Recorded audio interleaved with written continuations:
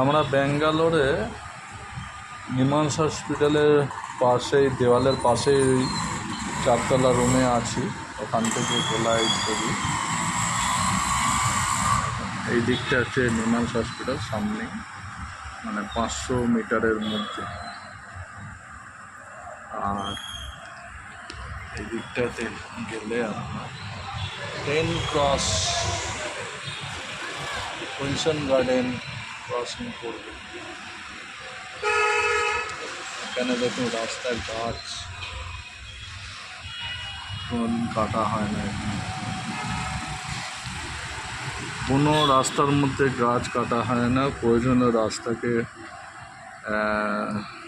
সাদা দাগ দিয়ে চিহ্নিত করে গাছকে বাঁচানো হয়।